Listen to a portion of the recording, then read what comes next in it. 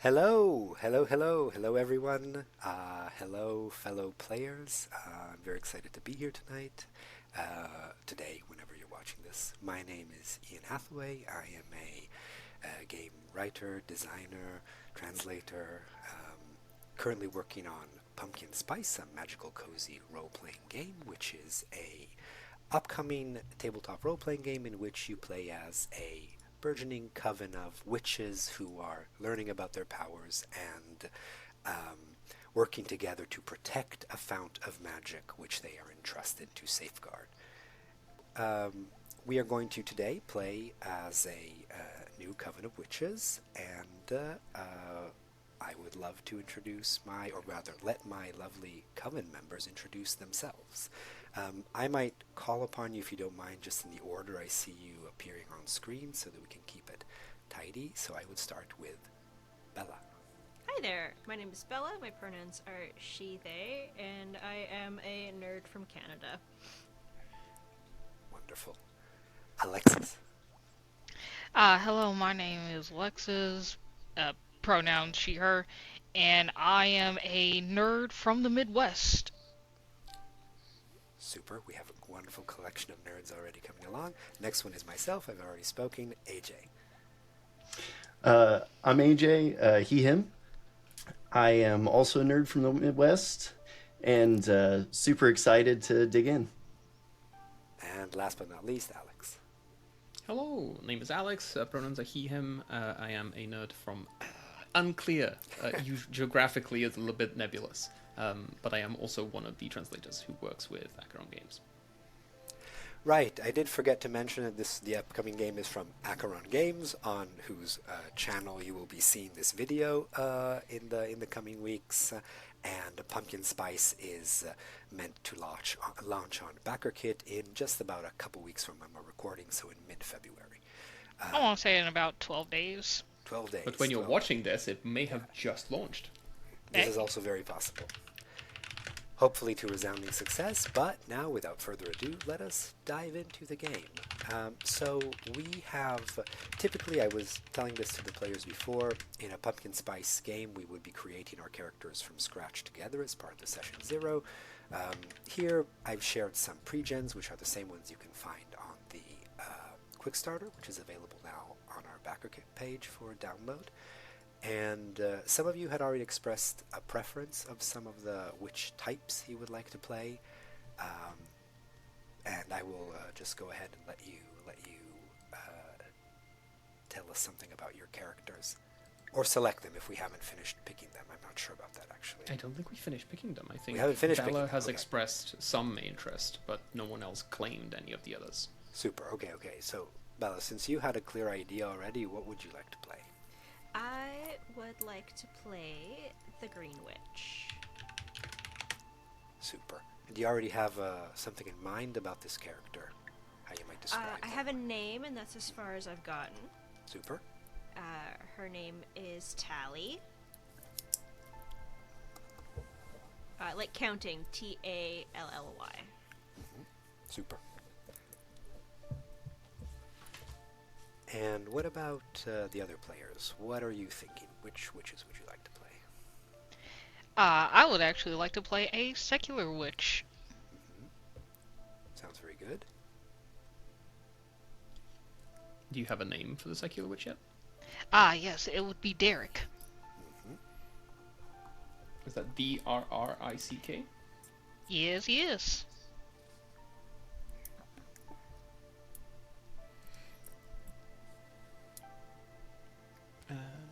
AJ, do you have any preference? Yeah, I'm going to go with the traditional witch. And we're going to name him Hunter. Which means, sorry, Bella, I did completely miss who you chose. Green Witch. Her Green, name is thank you. Tally. Which means that I have left the fourth one, the Coven Witch?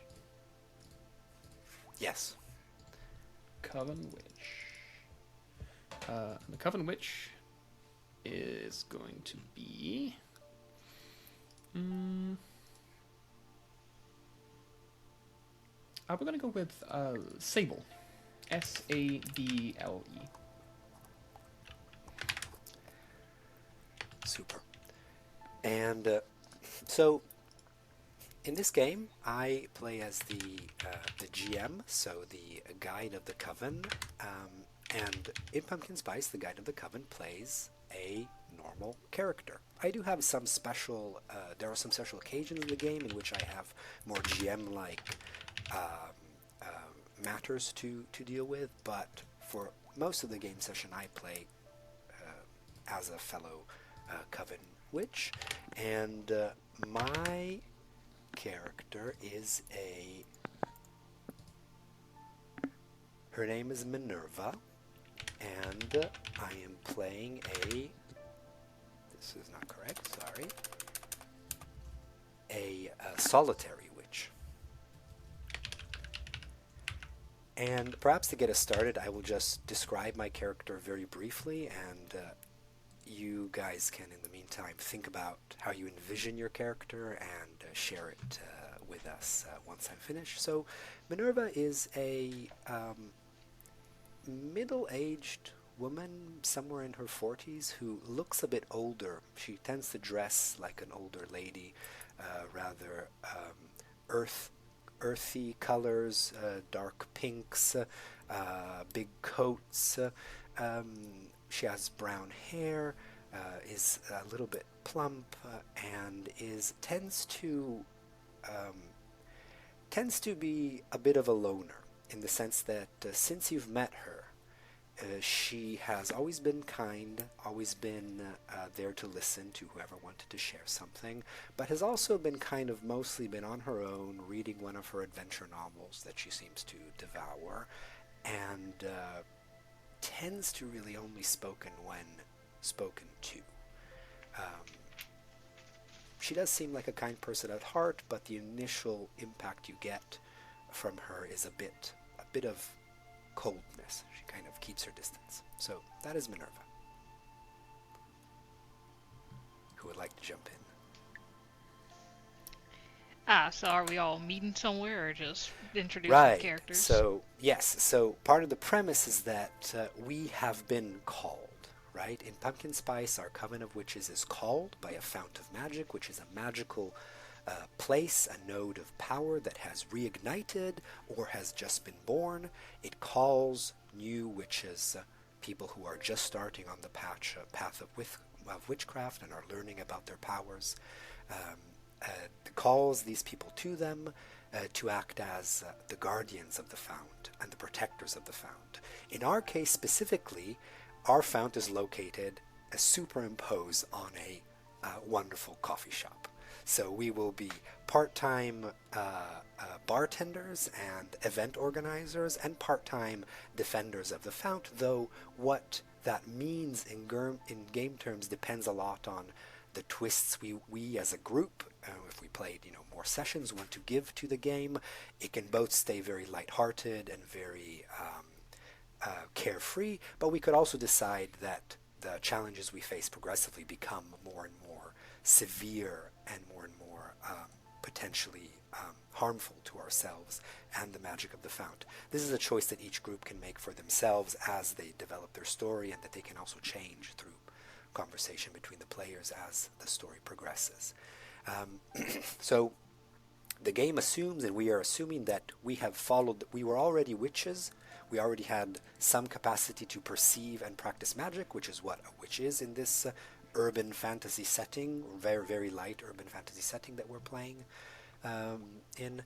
And we were called to this place. We kind of understand what this is about instinctually, or some of us perhaps from, for example, Sable, who is a coven witch, grew up in the midst of other witches, so when you were called, you probably had a good idea of what is happening to me in this moment, right? But some other... Sable doesn't really have a good idea about that. She's just here to enjoy what's going on. And she walks into a room and everyone goes like, "Oh yay, it's Sable!" And she ignores the people who go like, "Oh god, it's Sable." Okay. But there was a possibility of you knowing what was up. Yes. Let's put it that way, because of your background, so to speak. In any case, we've all met in front of this dilapidated coffee shop in a place that we will now decide together. We kind of understood who we were to each other, that we were there to form a new coven, and we've all decided to stay. And it's been some weeks since then. We've cleaned up the coffee shop, the cafe, we've even opened it to the first customers, and that is where our story will begin. So we've had a couple weeks at least to get to know each other, but we are just beginning our journey together towards realization is the sort of progression term in the game. So Sable, you've told us something about yourself already. Oh my god, I've told you everything about myself. You know so much about everything that is going on with her. She is, despite like this very exuberant, extroverted attitude, she is still quite kind, and a lot of people see her quite kind as a kind person, as a kind witch. And she does listen. I think that's the reason that people put up with just like how exuberant she is that she's a very good listener. You can talk to her about lots of things, and she doesn't just talk about herself. She actually does do some active and attentive listening. But also her magic helps people calm down. So it's, it really works out in a general keeping the mood light whenever it needs to. Not in a manipulating people's emotion, but it's just a soothing magic. And going by the pre-gen, I think I will just riff on the image that I have on the sheet. But she has the long red hair. She has tattoos on her arms, and she does love her hats. She has a collection of very wide brim, short brim, fancy brim, like curtain brim, like witch hat atelier style, like brim hats. Tassel hats. She changes them. If it doesn't feel right, she will go back to her room and change a hat. Wonderful. I love her already. She sounds great. I want her to be my friend. Thank you. You're also great. I'm so glad we can do this together. I'll go next. So Hunter is quite tall. He's over 6 feet tall. Built but not bulky.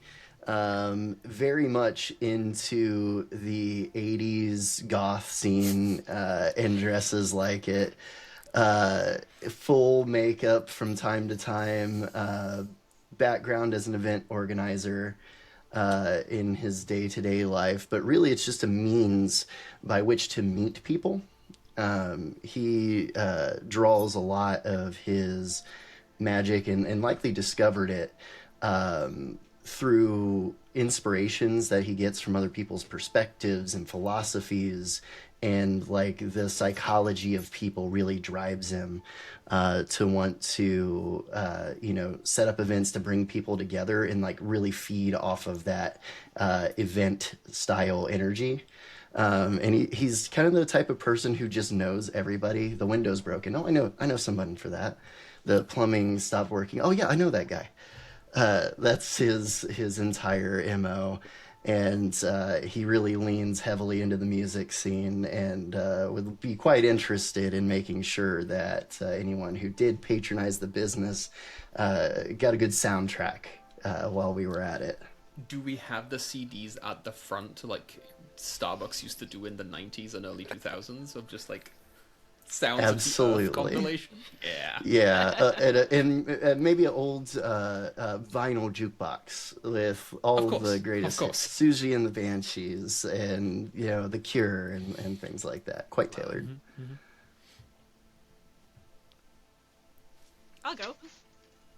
I'll go.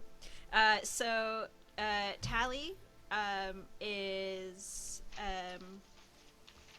she's kind of like tall and slim, and she has wild pink hair, kind of like not like neon but like bubblegum pink, and it's in a grown out pixie cut, and she's got some really delicate like vine tattoos going up from her pinkies all the way up her arms to her collarbone, so they meet in the middle.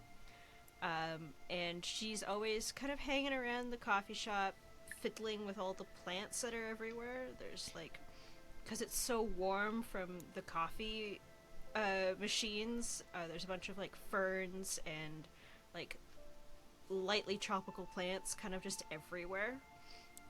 So she's always like fiddling with them and making sure they look perfect. Nice.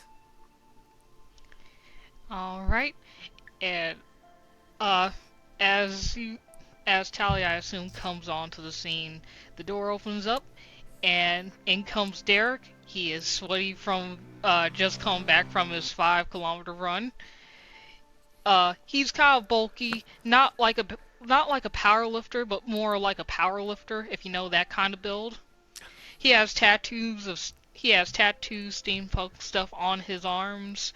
He has a good haircut, a good full beard, full mustache, handlebars and all, coming in. And AJ, what was your character's name? I'm so sorry.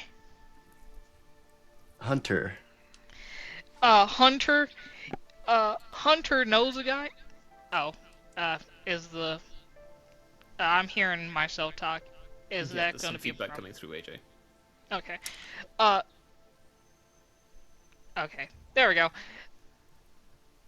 All right. So Hunter knows a guy. Derek is that guy. He's the one who will come in and just like, oh, you need like, oh, what you broke your coffee pot? You just need a little bit of this, and he just fills around in there and just gets it done. He's super into working out, super into keeping in shape, and making sure that everybody stays healthy and doesn't just eat junk food and a lot of syrup and coffee. That's wonderful. Minerva, I do appreciate, Derek, your attention to the healthy nutrition of all this coven. I really, really appreciate it. And you also see that Minerva has been, since we've met, really kind of scrutinizing your tattoos, wondering if perhaps I should get one too. It seems to be, but I don't know if I could ever really, Oh, really. you don't have to show them off. You could just have one that's just for you. Oh, Like, I have a couple I haven't shown anyone. yes. Now that is an idea that I find quite appealing. Yes, something. And private, it doesn't have to be something- a magic, but sometimes I find that it really helps with the conduit. very Tattoos, tattoos just have to mean something to you. You have to be okay with them meaning something to you before it can mean something to anyone else. Otherwise, you're just getting ink on your body for nothing. Or you can just like them. Yeah, Hunter takes a cigarette out of his mouth and flicks it, and he goes, it might mean nothing. What means anything? Ah, yes, indeed. I feel like I've had conflicting information here, but thank you so much. And that's why we work all so well together. Everybody has a Indeed, different indeed. opinion. Indeed. And before we jump into our first moment, so our first scene, I am wondering one thing. So part of the character creation also involves the creation of the cafe, of our establishment, of our wonderful venue. Now, the main thing that I would like to know to begin with is, where do we imagine this place to be? And the options that are provided are kind of depend on how urbanized the location is. So are we imagining something out in the countryside, which is maybe more like a farmhouse turned into a cafe, so with a lot of space, a lot of nature around us, but rather isolated? Are we thinking of something, a quaint cafe in a small village, for example, which has all of those, small town vibes? Everybody knows each other,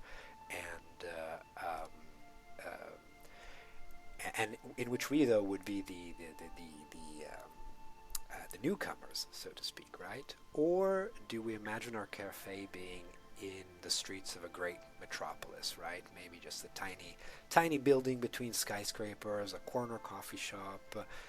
What do you find is more interesting? Now, this choice has no mechanical impact on the game, but it of course has huge narrative impact, because will be the place. Everything else will be built around the fact that our cafe is situated in one of these three spaces. For the purpose of this short adventure that we're playing together. What do you think? What would you prefer? I like the smaller idea rather than the big city idea.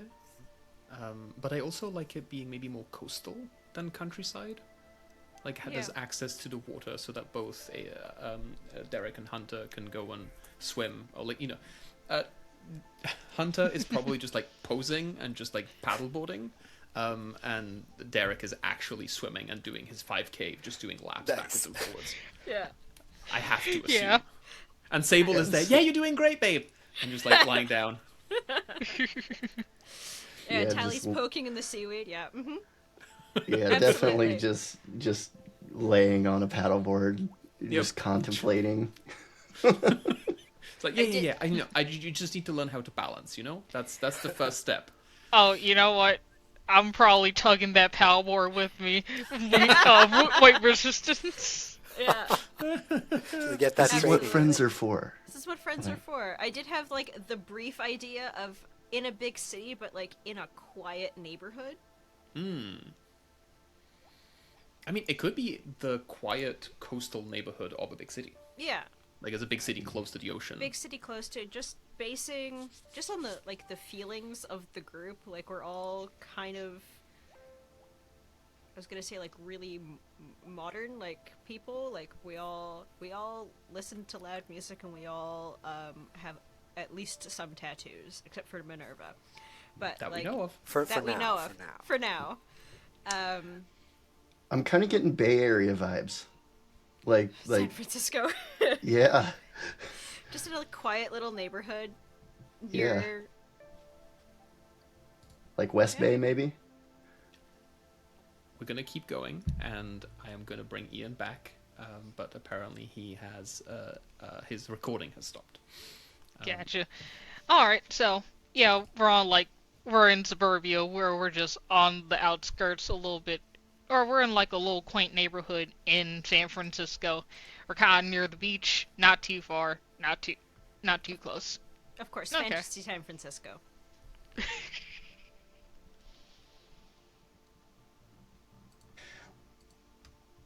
Yeah, I definitely like those implications. Like maybe this was a remote location at one time, but as the town has encroached and expanded, maybe there's a subterranean location underneath the coffee shop. Maybe there's a cave entrance or something down there, perhaps. Secret tunnels. Yeah. Or it could be something like, hey, San Francisco, we're off the coast of the ocean. Maybe some ancient ocean creatures came in, made their home over here, and our kind of Fount of Magic sprung from those people. And as humans slowly encroached and came over, they fled. And then with the overuse of founts, that magic kind of died for a bit, but now it's coming back.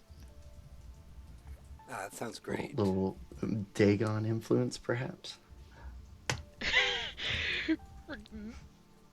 Just later on this campaign, a Dagon pops up and be like, hey guys, you're doing great. And then we all freaking go insane and die.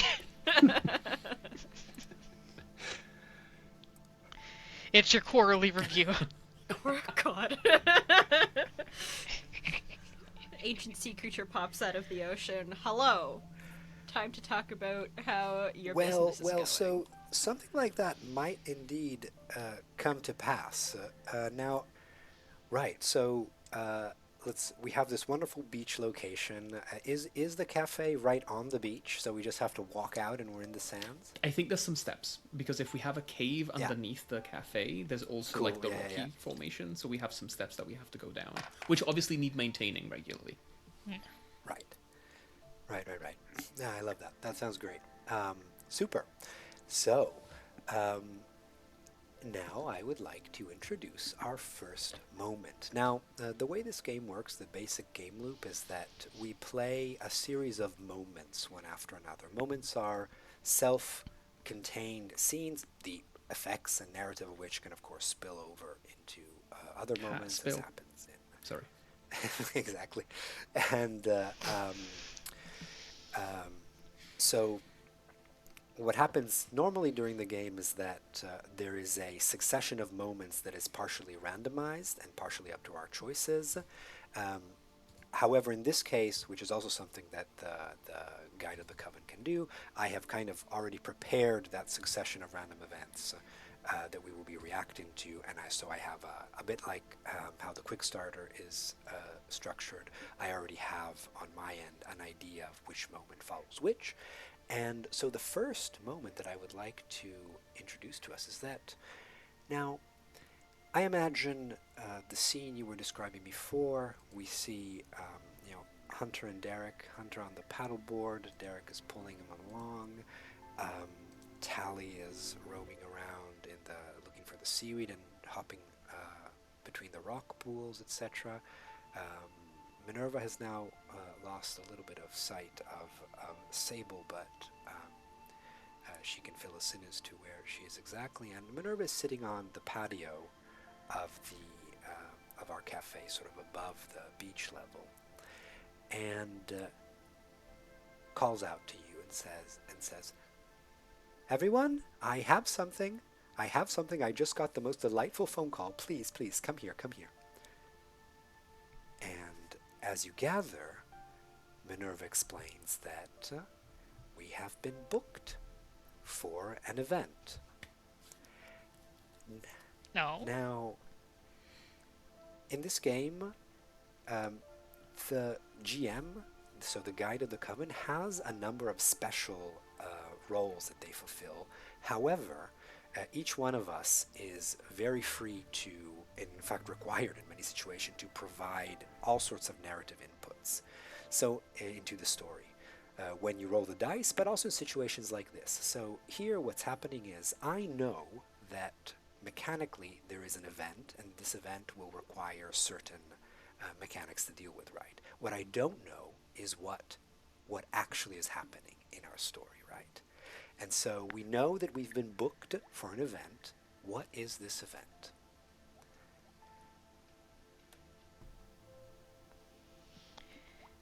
Well, go ahead. We are. I'd say we might be hired for like a company outing. Some like we got hired to just provide coffee, and then we can go up from there. Anyone else have any suggestions? Company event sounds fine. I think Sable's attitude towards big companies might be a little dodgy because she studies magic specifically to fight the planet's corruption, and she has very strong feelings about that. But if it's a small company, it's like they're very ethical, and it's more of like a cooperative situation, that she's very, very all for it. She also has to go change her hat because she was wearing a beach hat and now it's inside hat. Hold on. This does carry the implication that if this is PETA, then that implies that Sable will go kill Bill. There could be a kill Bill Sable. No, Sable is not violent. Her words are very cutting, but she's not But violent. even if they are... Okay.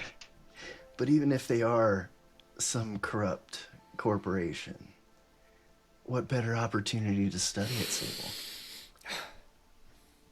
You have That a is point, true. and I suppose at least it would be nurturing the Fount somehow, even if it's, maybe we can... I don't know, I have to put my thinking hat on, and I mean that literally. This is the perfect time for us to see your light in the darkness.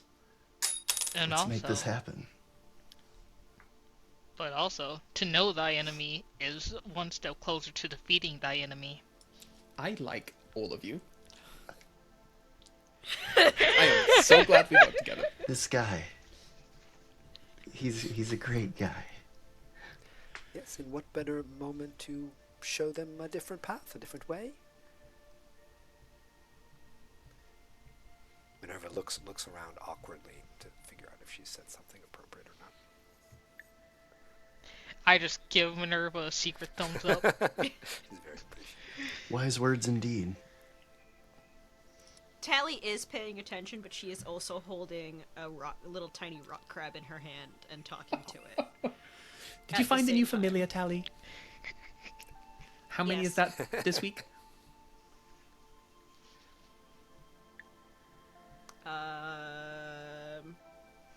Okay. 4? That we know But of. please let us keep them out of the kitchen, all right? We've established Yes, this of course. some boundaries for the crabs and other crawling creatures. I know they're not food safe. But they're also not food. I made a Not mistake food. once. They're friends. I'm sorry. No, I didn't cook it. I didn't cook any. It's I okay, just I've thought forgiven that you. you were picking crabs that we would be eating, but no, never mind. It's fine. It's good. It's good. I know. I forgive know. I you. just want to make sure we start on the right foot. Claw. Huh. Pincer. Pincer. You know so much about All nature. is well.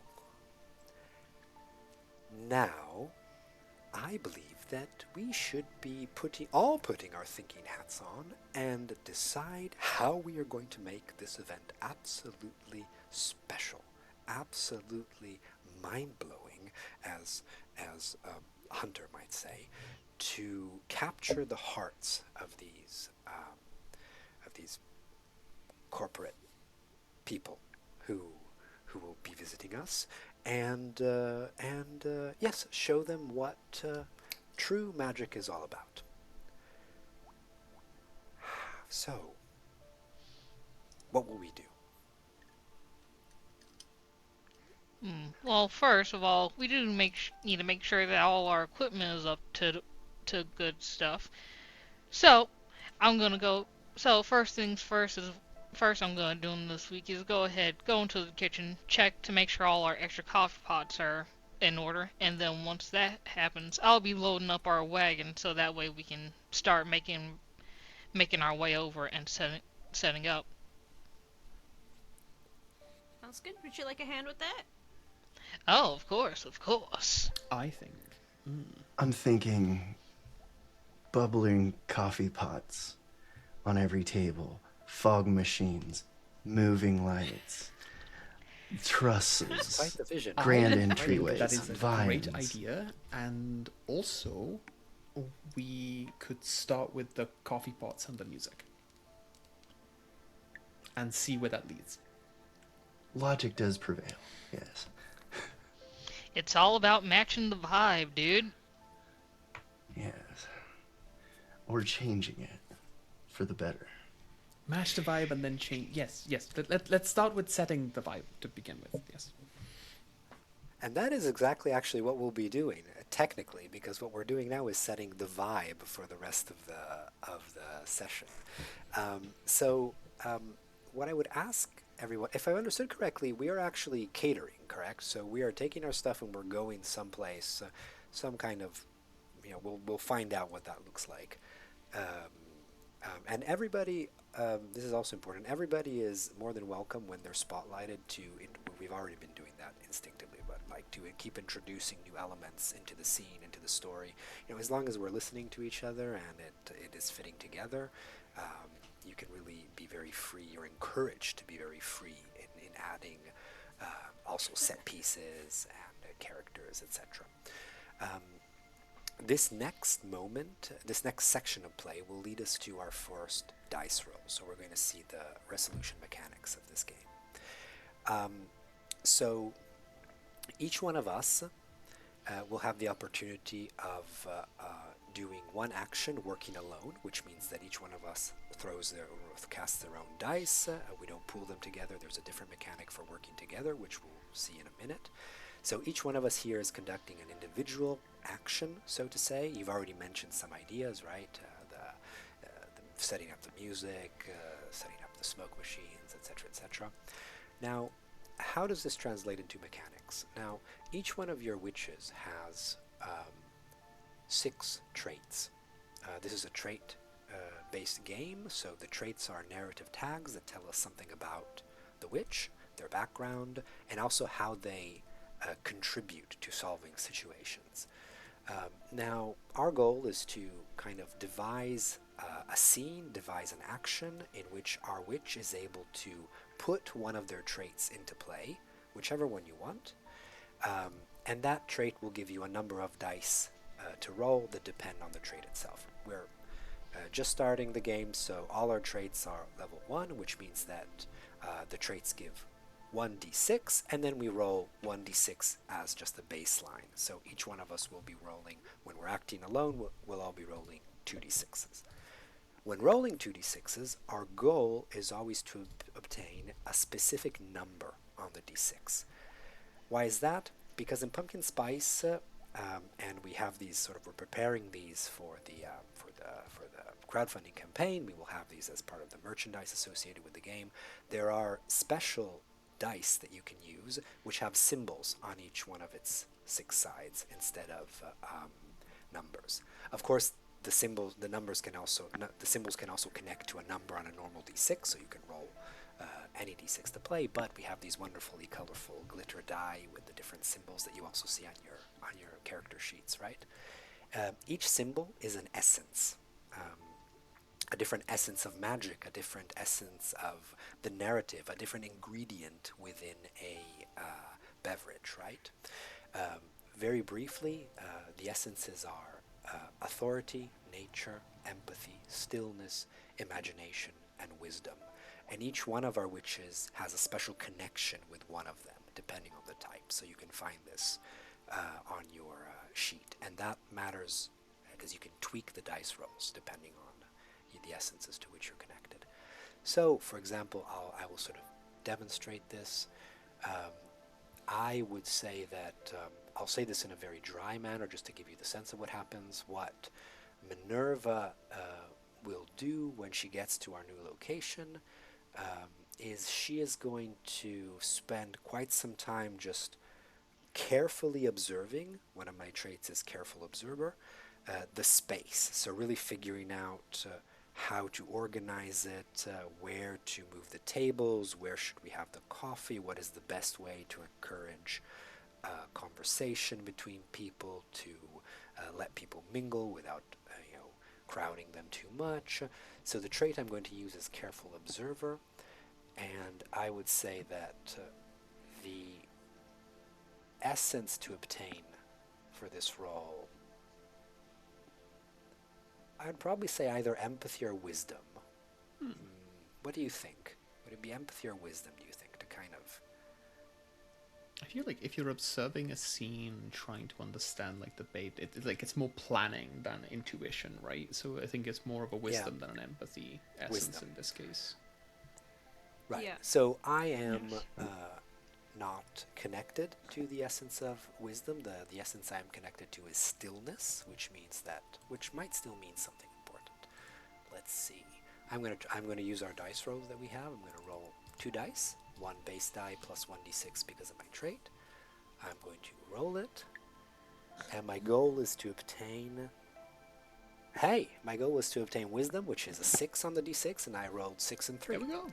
Which means that this is a favorable outcome, and the way I would describe and narrate this outcome is that, well, Minerva is really able to figure out, let me see, there is kind of, so there's I managed to figure out an exact layout of the tables that encourages people really to keep moving, not to stay too long in one space.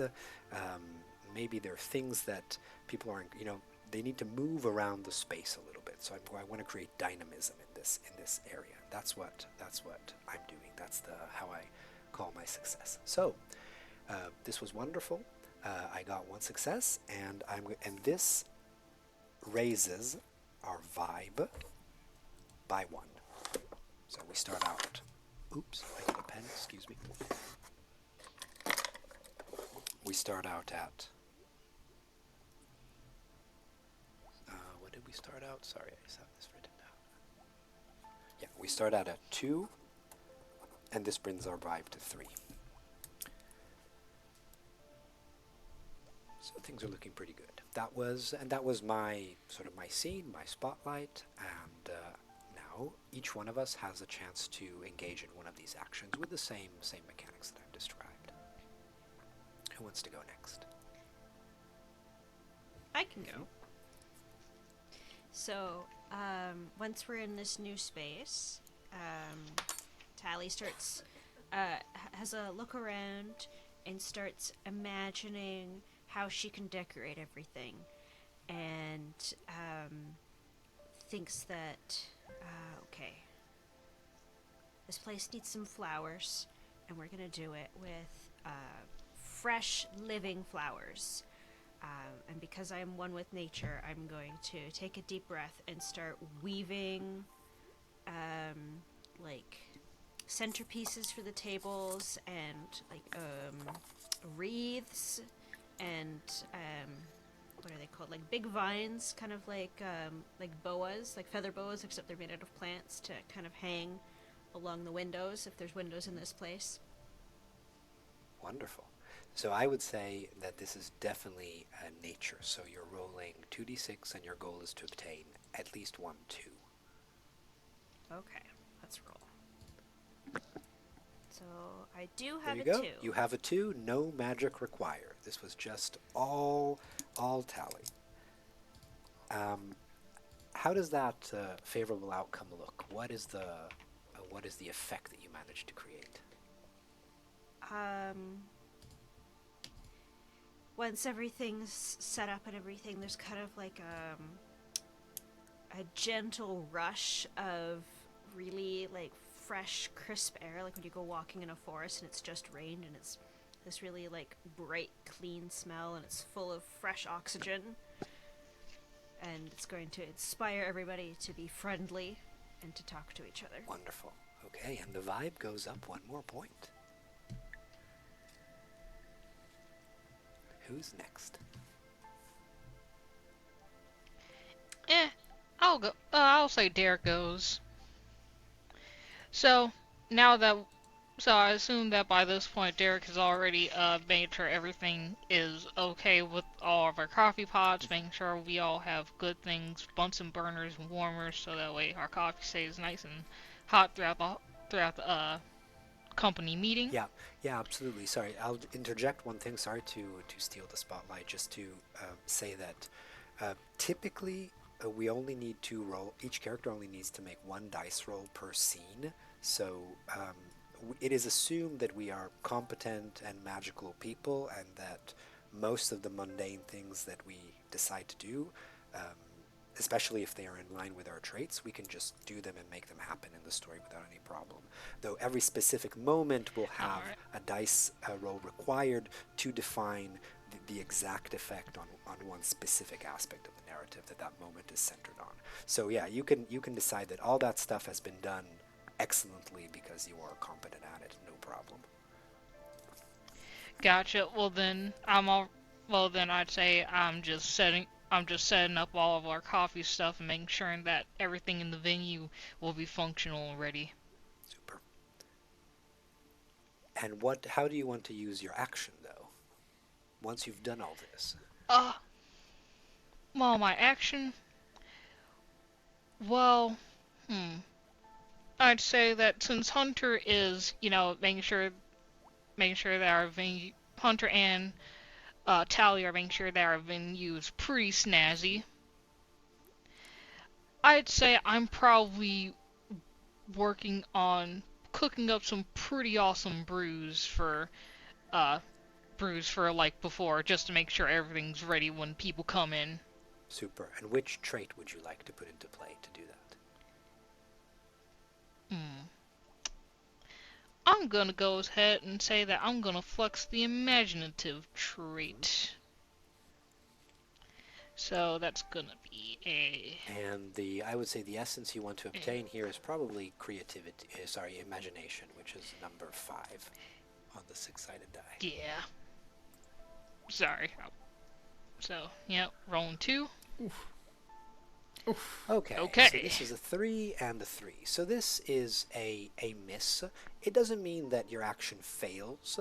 It just means that it did not provide that sort of extra oomph to the vibe. It is still completely, your brews are still completely fine. Rather, you are the one who technically should explain exactly what that means, but I'm just contextualizing the fact that this result does not mean you failed at doing something necessarily, right? It just does not have the effect that you were hoping. Which magic essence are you associated with? Actually, since I'm a secular witch, I am associated with creativity. Okay, so that's really so imagination, right? It's number 5. Yep, or imagination. I'm No, so no, no sorry. problem. No, that's great because this allows us to show one of the core mechanics of the games. Now, so you rolled 2 3s, which doesn't work out right here. However, because you are connected to the essence of imagination, you can decide to call upon the Fount of Magic, spending 1 magic point. We have 10 in total. You can spend 1 of these points to transform one of those 3s, one of those essences of empathy, I think 3 is, into a 5, which is the essence of imagination that you were connected with. In the scene, this means that you are actually calling upon some kind of magical effect that we as witches notice, right? No, mundane people do not perceive magic, if not as a very vague echo, usually. So this allows us to do really a lot of incredible things. However, those 10 magic points that we start the game with are a finite resource, right? If we keep spending magic and we get down to 0, this triggers a sort of catastrophe scenario where the fount risks winking out, so we're going to have to play a specific scene to try to revive it. And if we fail there, it actually could be game over for us. So there is a Which lose is condition sort of to the game. There is actually a lose Yes. condition in this game. Okay. And we need to be careful not to reach that lose condition, right? Now, 10 points is the fount is doing well. It's happy. It's pulsing. And it does want to be used. This is something as witches that we perceive. The question to you is, would you like to spend 1 magic point to transform 1 or more, actually, because you can do it more, but you only need 1 in this case, so it wouldn't matter. Do you want to spend a magic point to get that 5, get that essence of imagination? Do it. Well, Do it's it. our first big gig. We need the Do it. business, and that'll help increase the vibe for the fount. I'm gonna spend the magic There you point. go. Okay. What does that look like when you do it? So, what this looks like is that I'm brewing coffees, and while I'm doing well, like I'm doing okay, I feel like I just need a little bit more oomph, so that way we can get more business.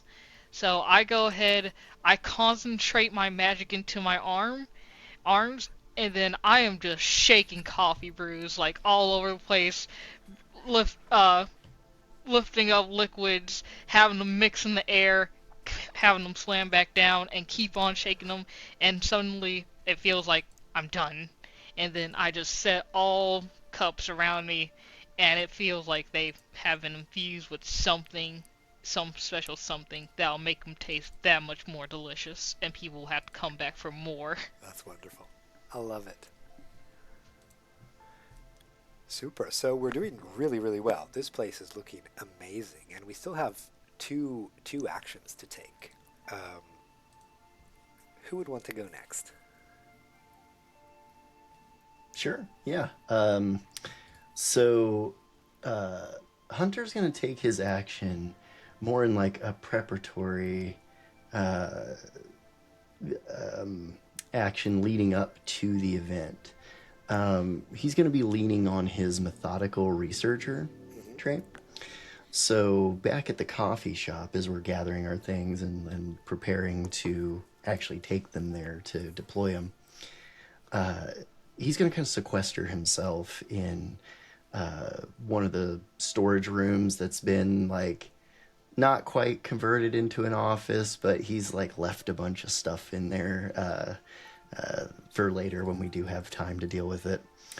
And he's going to have these just address books and phone books because he's old school, and like a wall phone set up, and he's going to be digging around and calling out to some of these vendors that would rent us like the additional equipment, like, you know, to enhance that like real forest like vibe, that the fog machines, like just putting a little across the floor and the lighting and things like that. And as he's on the phone, he knows that he's sort of inflecting his power a little bit to convince, or under a more devious light, maybe coerce these vendors into giving us a much better price, so our venture is more successful financially overall.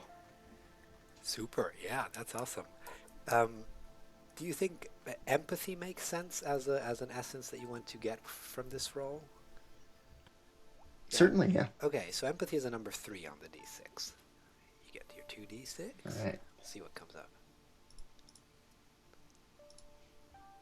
5 and 5. So no luck. And which type of witch are you, Hunter? Traditional. Traditional. So this is a situation actually in which you cannot influence the dice anymore, because to generate a number 3 or to transform one of the results into a 3, you would have needed to be the coven witch.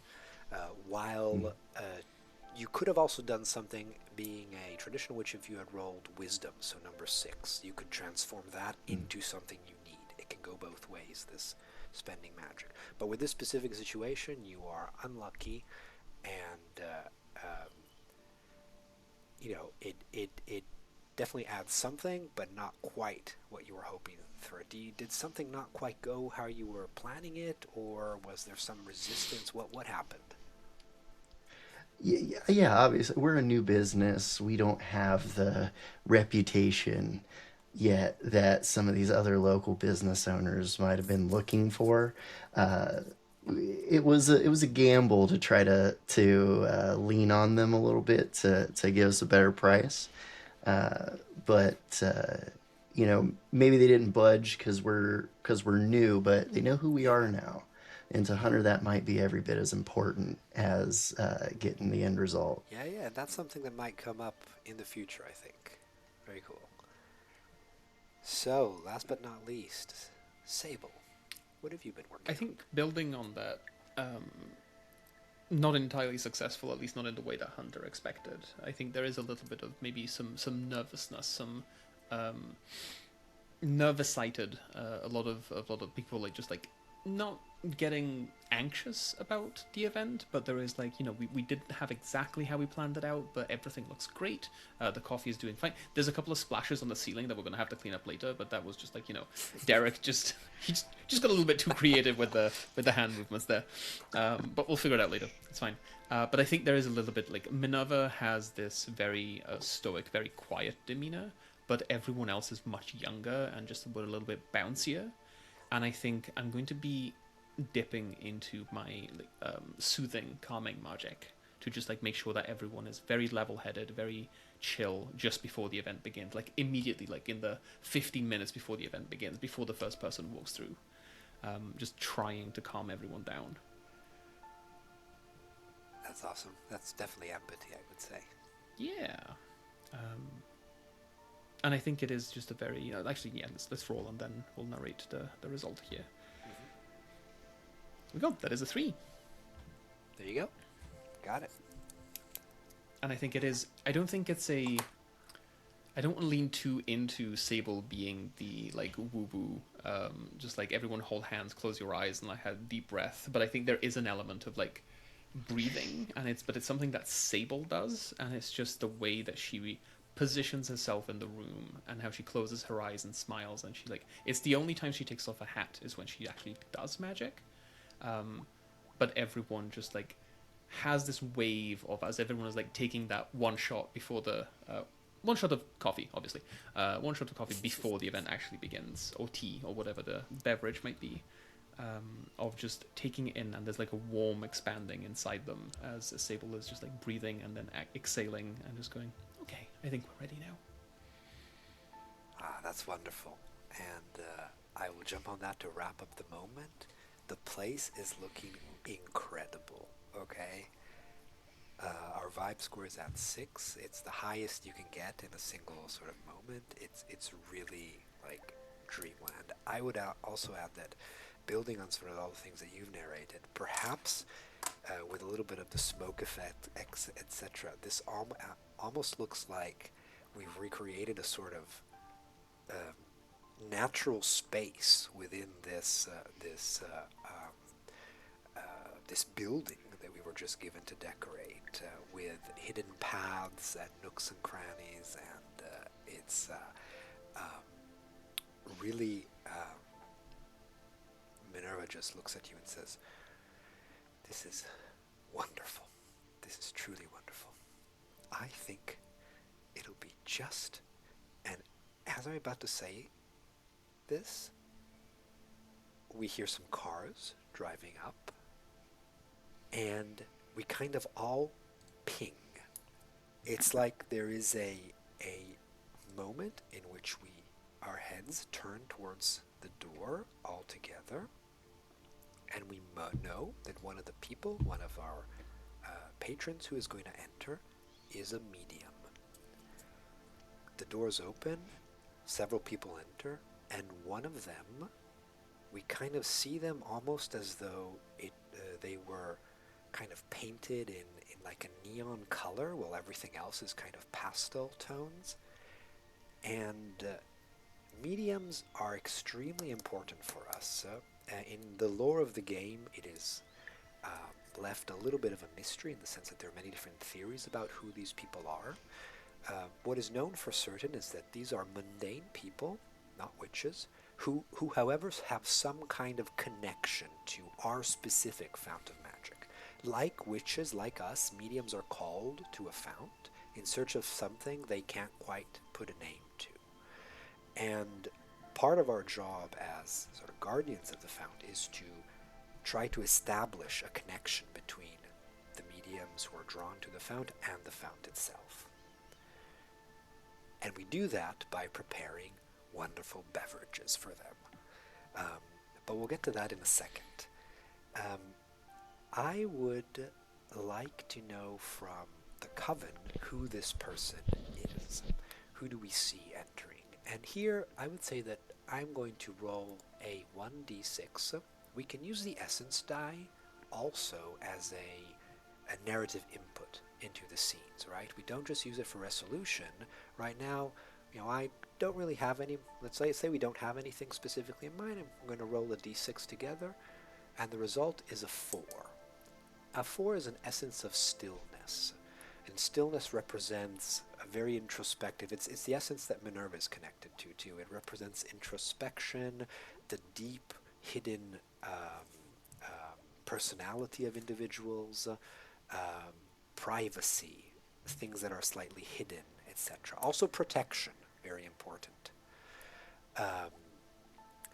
And somehow this essence tells us something about the person who is our medium.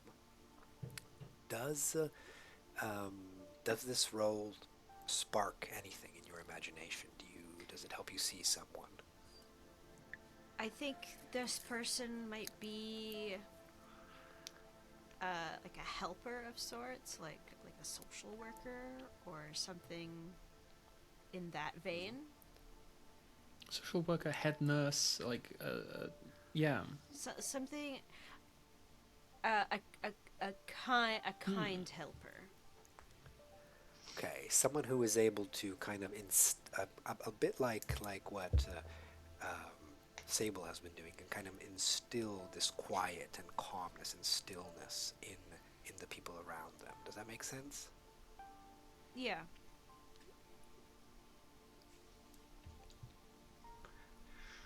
Does anybody want to? Yeah, AJ. Yeah, I'm imagining that, like, this person is likely, like, highly, highly important to either the organization or the event. Maybe even, like, a core, like, sponsor of it within their organization. And likely somebody who has a reputation for being even killed, maybe even in the community outside of that. They have that effect everywhere they go with everything that they do. What if? And at least in my experience, that's usually someone who is a little older, who's got some life experience to them, right? They've been there, done that, seen that, and it's What not a if problem. it's a retirement party for this person? So this person is the core of the event. And it's, it's the nursing or social work or whatever it is that they used to be doing, but like everyone knows them, but now they're leaving the job like in an official capacity. They might still keep doing it afterwards, but they are no longer like, that is not their profession anymore. Okay, so what I'm seeing here is that I like yeah, that. I really love it, and I would say possibly that so this we've kind of identified this generically as a corporate event so far, and perhaps it's some kind of healthcare provider who manages sort of a big staffs of nursing. Sorry, a large nursing staff or some kind of community um, clinics or something like that. And part of this party is then the send-off for this important member of the staff who has finished their career. Um, does that click? Does that make sense for everybody? Yeah. Yeah. Cool. Yes. Okay. So what happens now is that do we feel like we need to identify this person further in any way? Actually, I kind of want them to remain at least like a little bit Yep. vaguish. Like, you can, like, everybody in the community knows them. You can see their face, but whenever you focus, because they are really like connected to the fount, and they're kind of like a nebulous type deal, then like they're normal, but they're not in the sense, right? Then I feel like a little bit of them should be nebulous. Like, you can picture a human face, you can picture a name, but when you try and focus on the details, like how many freckles they have, or like the bridge of their nose or something, a little bit innocuous, it kind of gets a little bit And shifty maybe and that's more. the connection to the I can magic see that that. they have of the Love it. being a little bit of everything. Mm-hmm. Yeah, you're And- viewing them through the veil. Because we're seeing them through the magic instead of with mundane eyes, we get interference. I love that. That's awesome. Very good. Yeah. We have pinpointed this person. We can see them in this blurry highlight, both blurry and highlighted at the same time somehow. And here Minerva says, "Well, let's. Oh, don't worry. I'll take care of everything. The drink's over here. This is there. Don't worry. I can handle it." And so Minerva goes off to speak with the organizers and start giving the lay of the land, showing to the people to the tables, etc. I, as the guide of the coven, now leave my character for a moment, and I start playing this NPC that we've just created, this medium, right?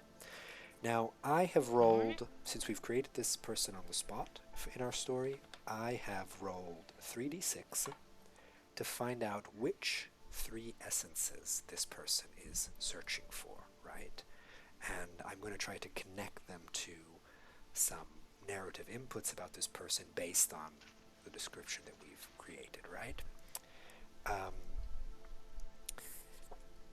Your goal is to speak with them. There are no roles to figure out what this person is looking for.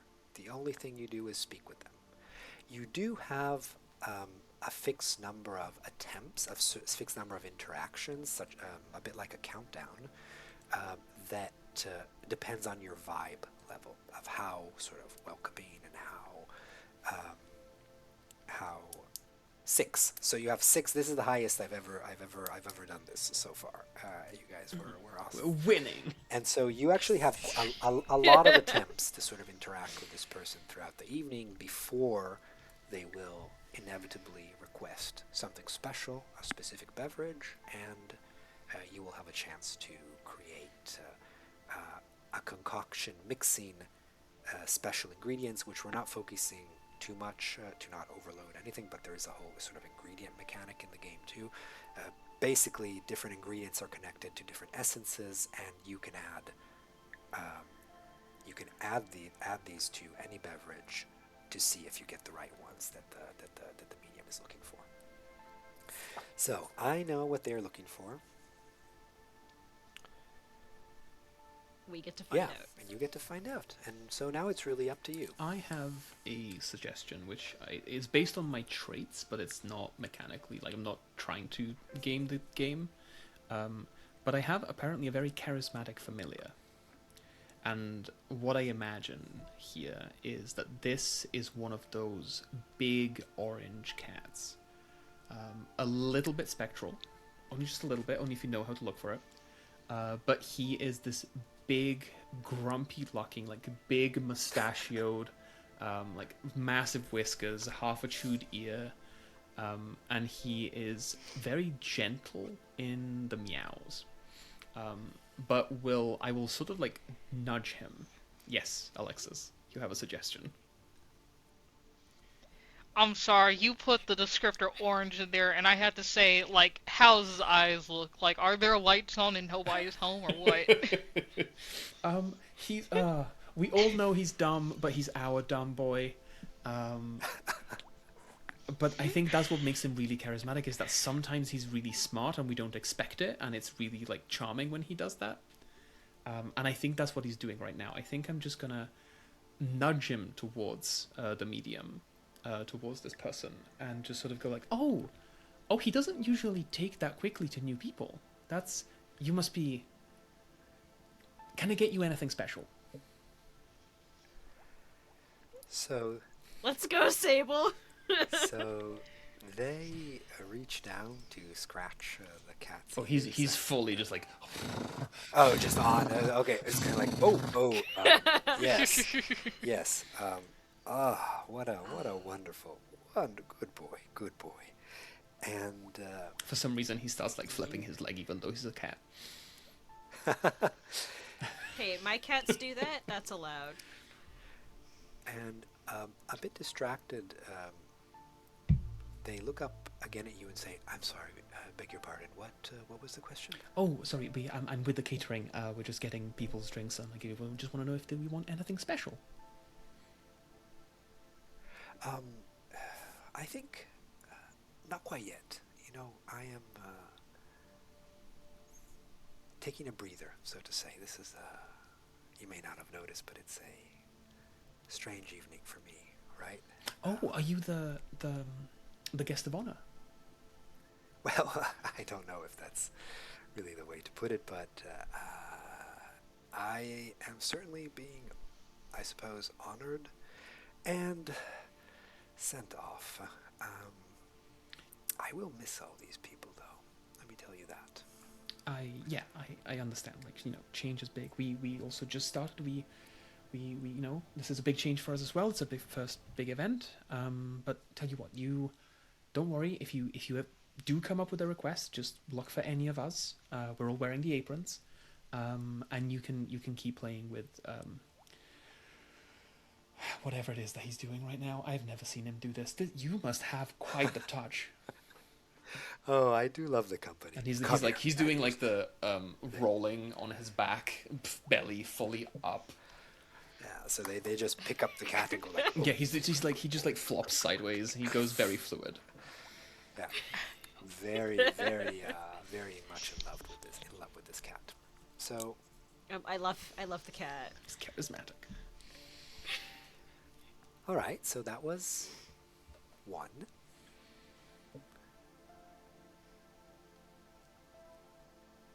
Oh gosh, I'm so nervous. Tally's a little unpredictable as one of her traits. But I think she's just gonna walk up to this medium and, like, hand this person, like, a tiny bouquet / boutonniere and go, "May I pin this on you?" Oh, how lovely! Did you make this? Yeah, I did. I really like crafting with florals. I also did the decorations. Incredible! By yourself? Yeah. Now that is a vision that you have there. Thanks. It truly is a gift. Thank you. Yes, please. I'd be happy to carry this. You can sort of pin it to shirt. You have to move the cat. Oh, The cat right, is yes, fully the cat draped is over kind her of now. Right. Sorry, a bit of fur here. They kind of. It's okay. This lovely orange fellow is a good friend. Yep. Oh yes, making biscuits. Yes, he clearly likes you a lot. Yeah, and I enjoy his company. That's for sure. But yeah, please don't. Sorry, this is. I'm just so much older than you. This is going to sound patronizing, but this vision that you have, this imagination, don't let it disappear. And Okay, they smile at you, thank a you, bit, though. bit of a Thanks- sad thanks for- smile, but a kind one. Thank you for the advice. I hope you enjoy the evening, and if you need anything, just let me know, or one of my friends. We're all wearing the aprons. I think you. Yes, met, the aprons. um, I have been told. Sable you laughs met in the middle Sable. of the room somewhere. You met Sable. Yeah. She's pretty cool. I'm Tilly, by the way. Tally. Very nice to meet you. Tilly, Tally. Whichever vowel you want to throw in there, it's okay. As you walk back, Minerva passes by and said, "You did great," and keeps puttering about. Thanks.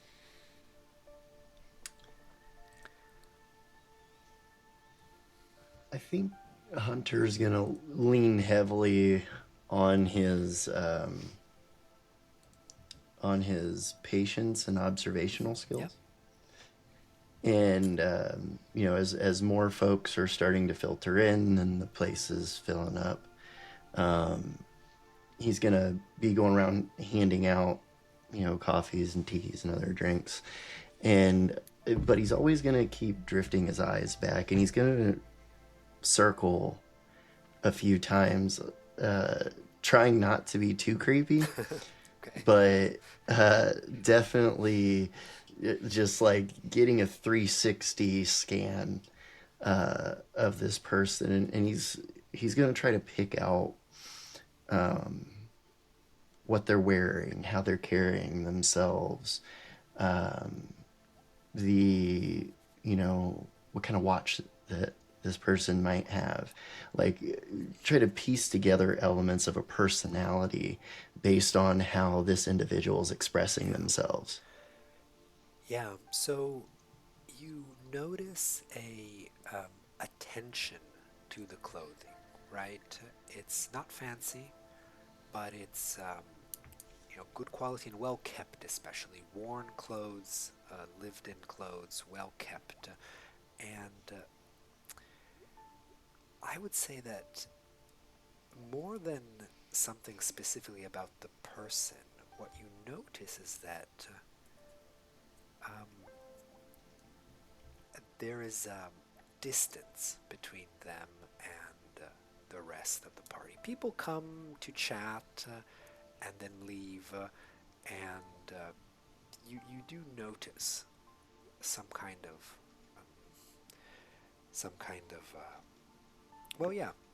distance that somehow non-consciously perhaps everyone is maintaining towards this person. So I'd say that's the main thing you pick up, and I would say that was our third interaction.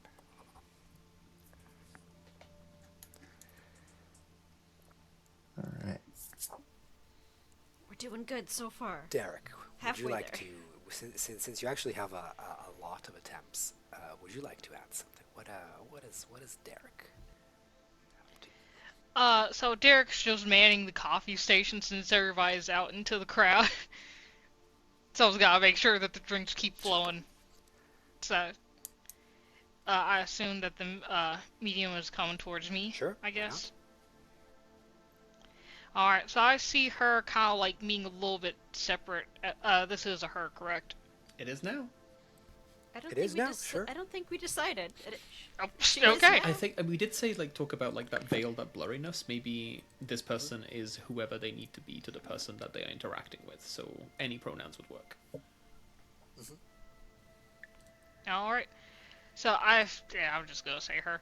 I just go over to her and I have a coffee in hand or at least 2 coffees. The crowd's kind of died down for a bit right now, and she kind of looks alone. So I go over and I want to talk to Mhm. her. Hey, how? Hey, what's with the long face? Oh, with long face? I apologize. No, I should be smiling tonight, shouldn't I? Well, do you feel like you want to smile? That's truly a great question. Not really. Not really. You know, after so much time, just. This is going to sound bad, but after so much time being at the center of things, I don't mean this. I don't. I don't mean this as the desire to just aggrandize myself, but you know, what am I going to do now? I used to, look, those folks who were there, they used to be part of my team. And now they don't need me anymore, which is great. That's part of my job, actually. But what is left for me? Sorry, that was oversharing. I don't know what it is about this place. No, that's it. That's alright. Honestly, I couldn't answer you. I can't answer any of that. But what I do know is that this coffee is great, and and even when I leave here, it'll still continue to be great, hopefully. But no matter what, even after this good coffee runs out, I can still try and do more. So, while you may not be here at this company being the center of everything, that doesn't really mean it's the end. It just means that's a step for a new beginning. So, you want to have a cup of maybe great coffee? Please. Alright, and I hand her a cup of coffee, and I assume that we just drink Sure, together. why not? Uh, Thank you, and thank you for listening. No problem. Thank you for taking care of Sable's cat. What a lovely creature. Oh, it's still here. I see. Hello, hello. How do you get it to stop?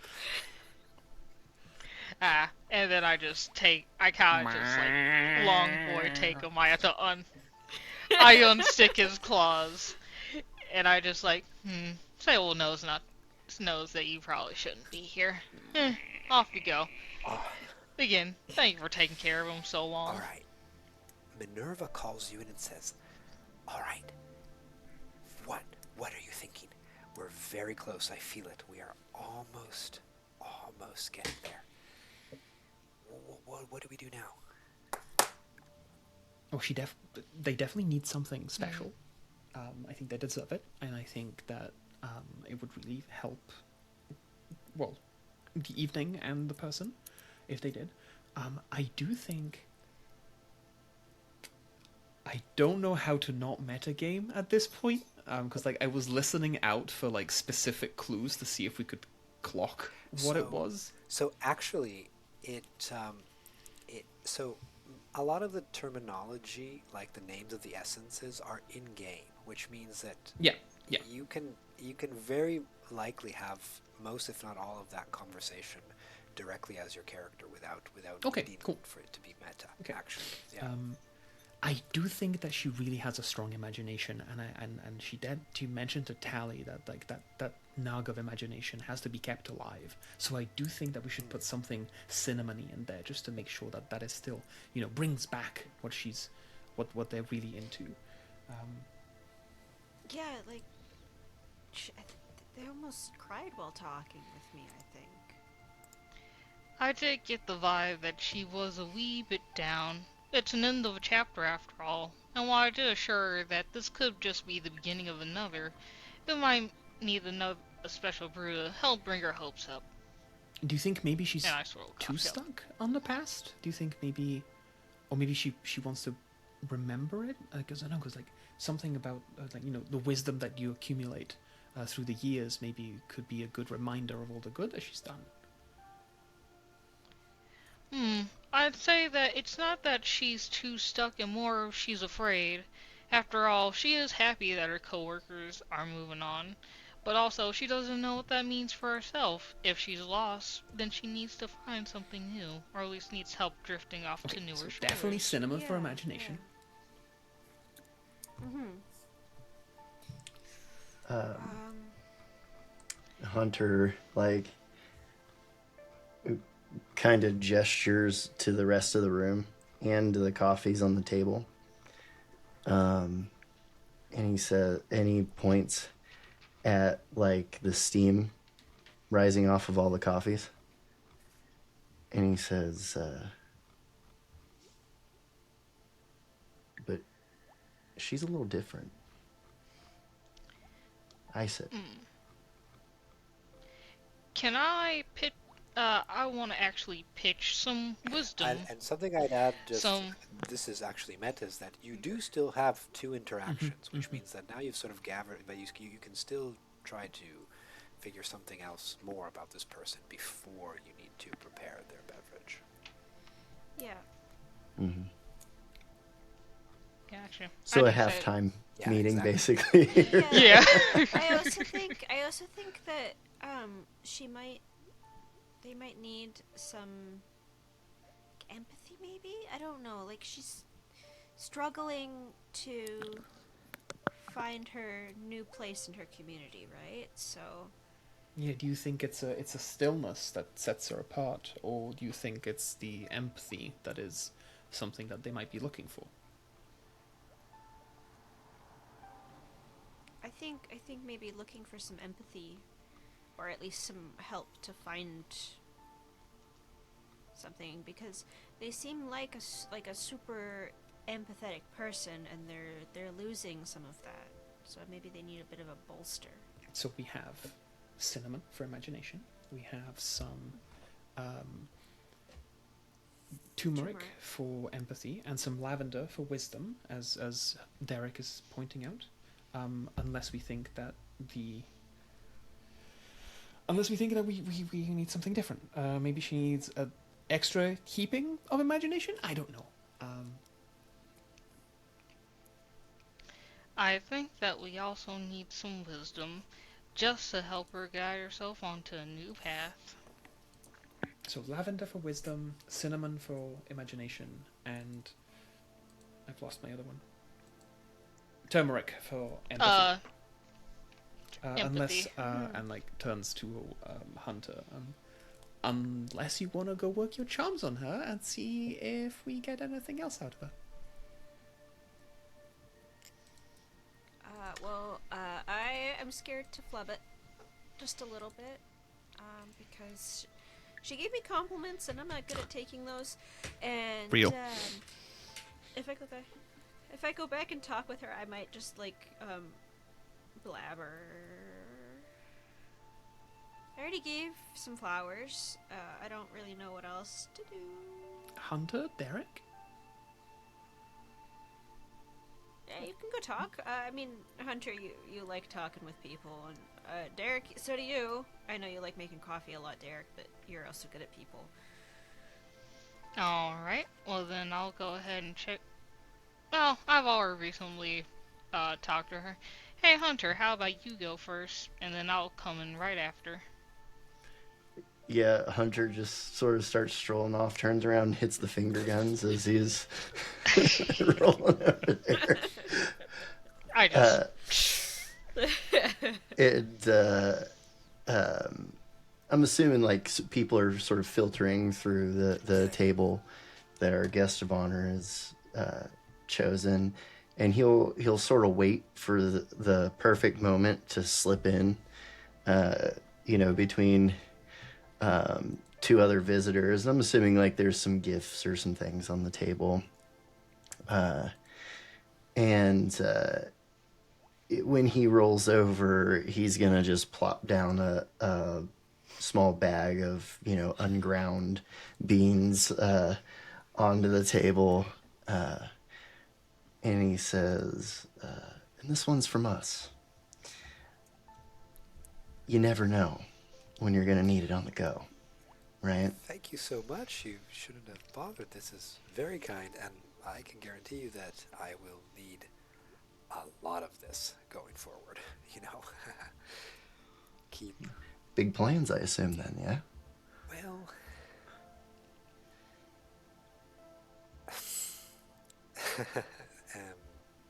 There's a kind of a nervous laugh. Not really. Um, I do wish I had more of those, I suppose, but it's a difficult moment, right? It's not difficult. I exaggerate. It's you know, when you've been in a situation for so long, then being without it is a big challenge. And I know this. I know this very well. Um, Can I ask you a question?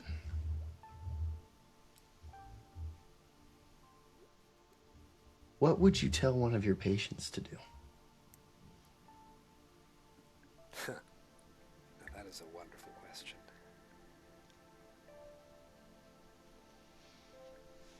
I think I would tell them to not worry about it too much, or rather to let this moment of life wash over and let it carry them with it, at least for a moment, and wait till the moment when they are ready to start swimming again. You look like a swimmer, am I right? Sometimes. I go into the water sometimes, yes. Yeah. Loose definition of it. Right, Yeah, but sure. I can officially not drown. But yes, what did that Greek philosopher say once? Everything flows, something like that. Yeah. Well read, too. You are quite the interesting one, aren't you? I have a chance to speak so little with individuals who respect the ancient philosophies. Sable, ears ringing, goes, wait, what? Who knew that Hunter was a Hunter can read? philosopher? Hunter can read? Wow! He says, perhaps there's a large book in a sunny afternoon in your future. Well, that's an interesting, Maybe several. interesting idea, definitely. I would say this closes our 5th interaction. You do still have one. Alright, that's Derek's time to All right, shine. here I'm comes Derek. leaning so hard into empathy for this person right now. Maybe it's double empathy. Yeah. Yeah. So I assume that I come back over to like Derek, not Derek, but I'm so sorry. Hunter comes back over, and our entire squad is over behind the coffee table, so they can take over while I go ahead. Yeah. Yeah, so I can take over while the rest of you guys are scheming and helping people. Yes, yes. How shall we make the perfect brew? But yeah, I go over and I want Well, to talk to hello her. again. Ah, hello, The hello, evening hello. is, how do you say it? Popping? Bussing! Yeah, there's a that's distinct one word to giggle. put it.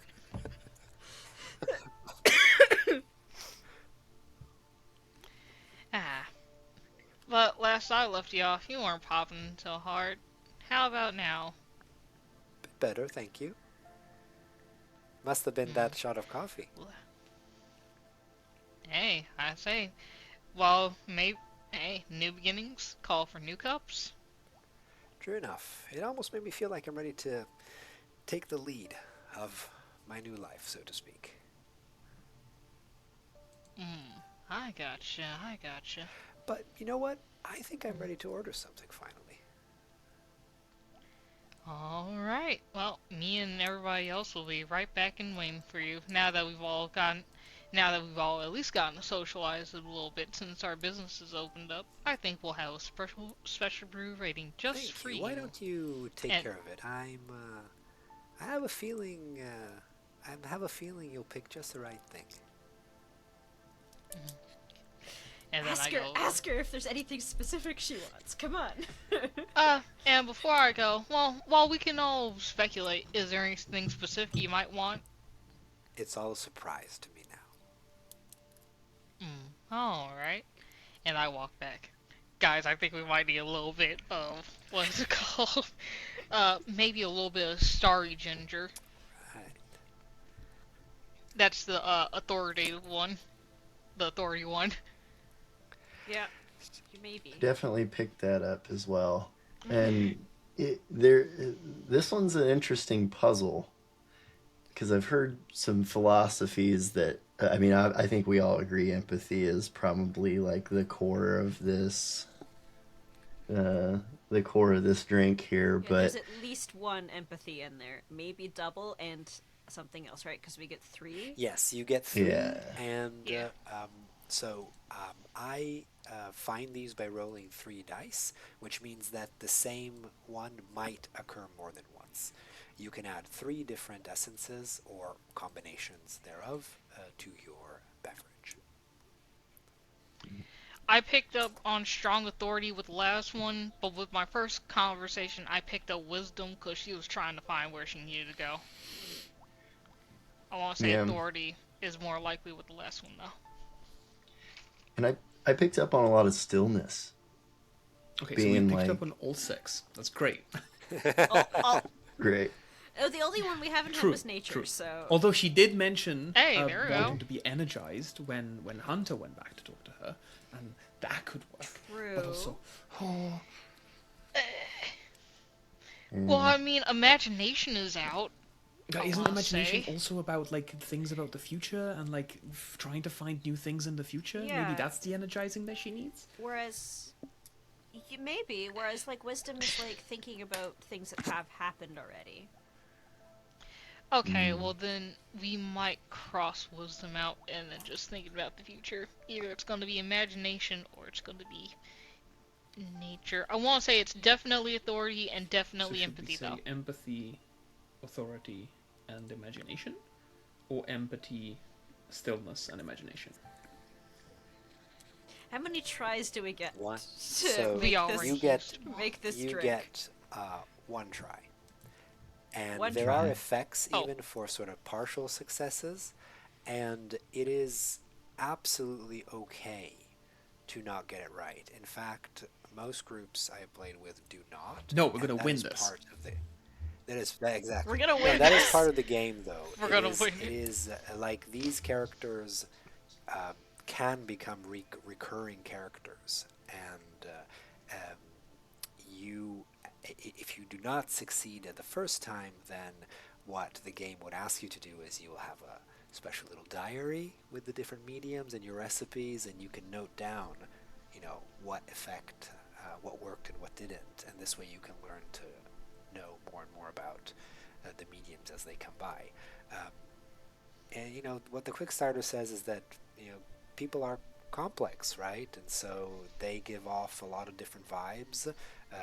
Also, from my side, there'll be some times in which, or from the guide side, sometimes I'll be better able to channel with clarity specific characters, and sometimes it'll be a bit more confused. But this is also part of the game because communication is complicated.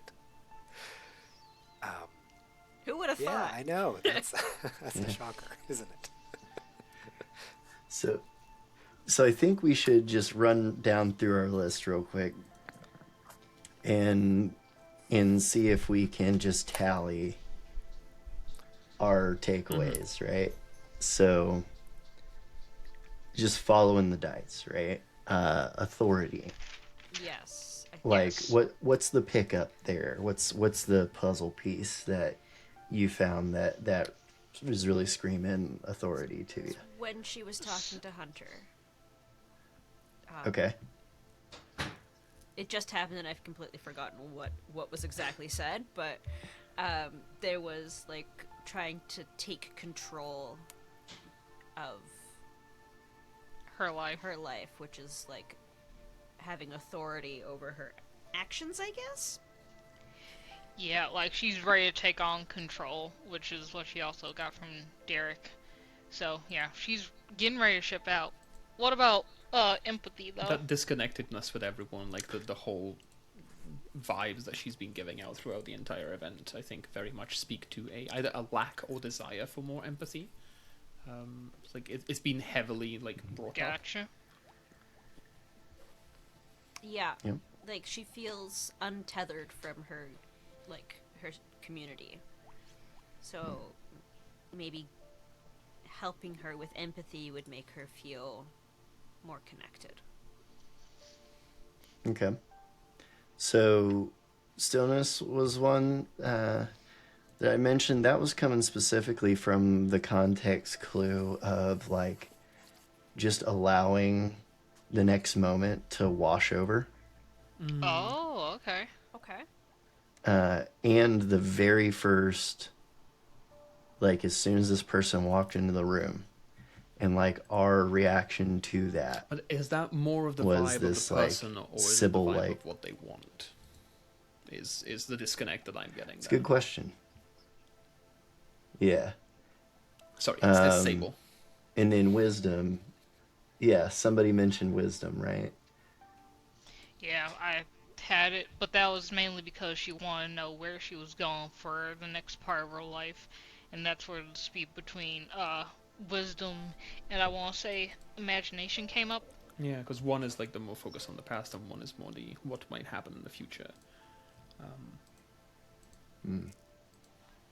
I'd say we go for the future one. So imagination. The guide would did be it, mention right? the word imagination explicitly, that I clocked. Yes, out loud. Out loud. Okay, well then, imagination it is. Yeah, I feel like the core really is in empathy and imagination. Yeah. And it seems like it's a flip of the coin for the third element, right? But we could also double up on one of the ones we have already. It's very true. No, not necessarily have to pick a different third. We could add a double Minerva of butts in something. and says, I think she's getting a bit antsy. She's kind of looking this direction. We need to decide. We got Oh, her. Okay. Okay, how about we just do the 3? Because, like, even if we partially succeed, we still technically succeed. And also, it's like a little bit more ground to cover. All right, so what is it going to be? Imagination, empathy, and authority. Yes. Wonderful. Yep, I can get down So with that. we have a dash of ginger, a bit of cinnamon, and Some turmeric. and some sunlit turmeric. Turmeric. In this wonderful beverage. Oh, a nice warming, spicy beverage. I'd have one of those actually, to be honest. And there's also Maybe like a strong Yeah. espresso base to it, you know, to and there's counteract, the, right? the orange cat just walks past it and just goes and walks away. And you, I do love the orange cat. as the beverage is taken to the medium, she sips it, and as she does, you feel something blossom within her, and you feel the echo of the fount that sings with joy, essentially. And you prepared the exact right beverage. I've never had a group do this before. We win. So Come on, so, Ian. So no, I didn't say that. Oh, okay. I actually in the Oh. other live that we did in Italian, they also got all 3, and these are the only 2 times Okay, it's happened okay. so far.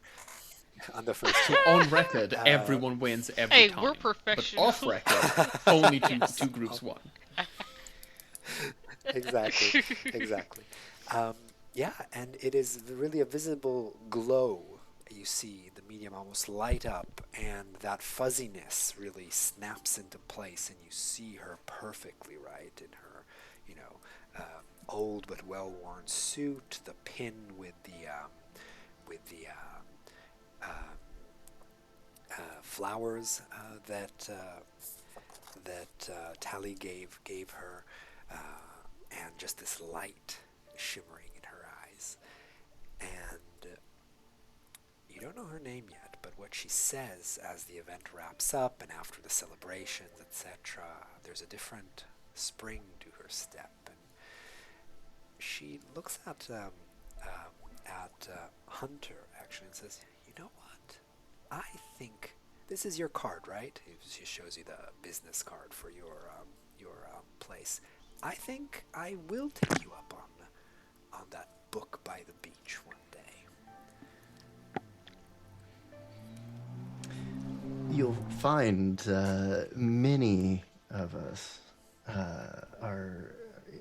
enjoy a learned afternoon, perhaps a bit of amusement from the old ones. I think this is the right place for you. You may become a regular.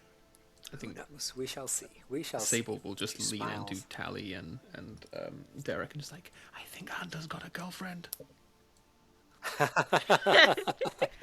Again, he keeps doing this. Well, he can if he wants. Oh no, I'm just excited about it. I don't think I'm judging. I'm Yeah, also Hunter- excited. Bring more people. Hunter just drops a wink as he downs the rest of his coffee. So this also has a mechanical effect, and your Fount of Magic gains 3 plus 1d6 points back.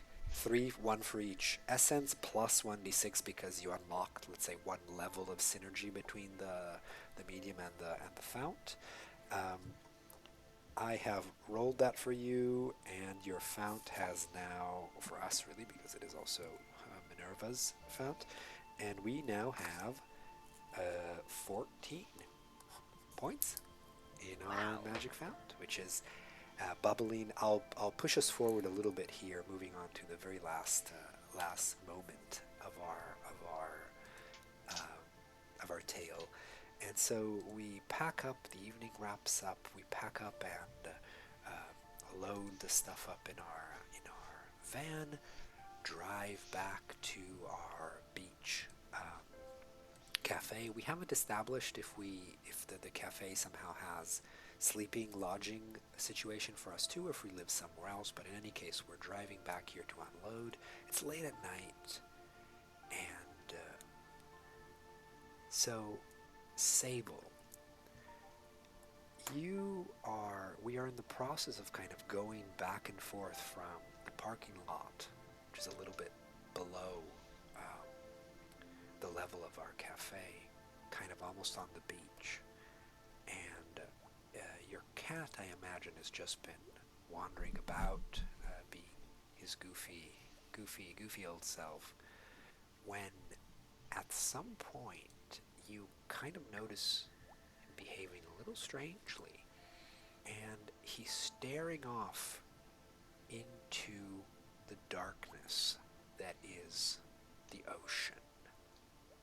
And as you look into that direction, you perceive with your peripheral vision the cat kind of bunching up, its hair becoming fluffier, kind of an angry sound rumbling in his throat.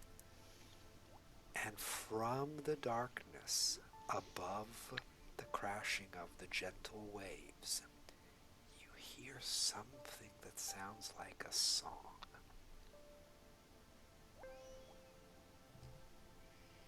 And you know that you are watched.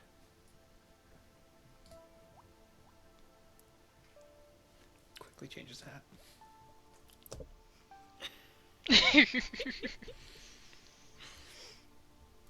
Soon after, we all start to hear this. It is a bit of an eerie, you can barely hear it above the sound of the waves, but it is some kind of song, almost a siren's call, and it seems to be coming closer. We instinctively know that it is something that has been attracted by our fount. That is where this entity is moving towards.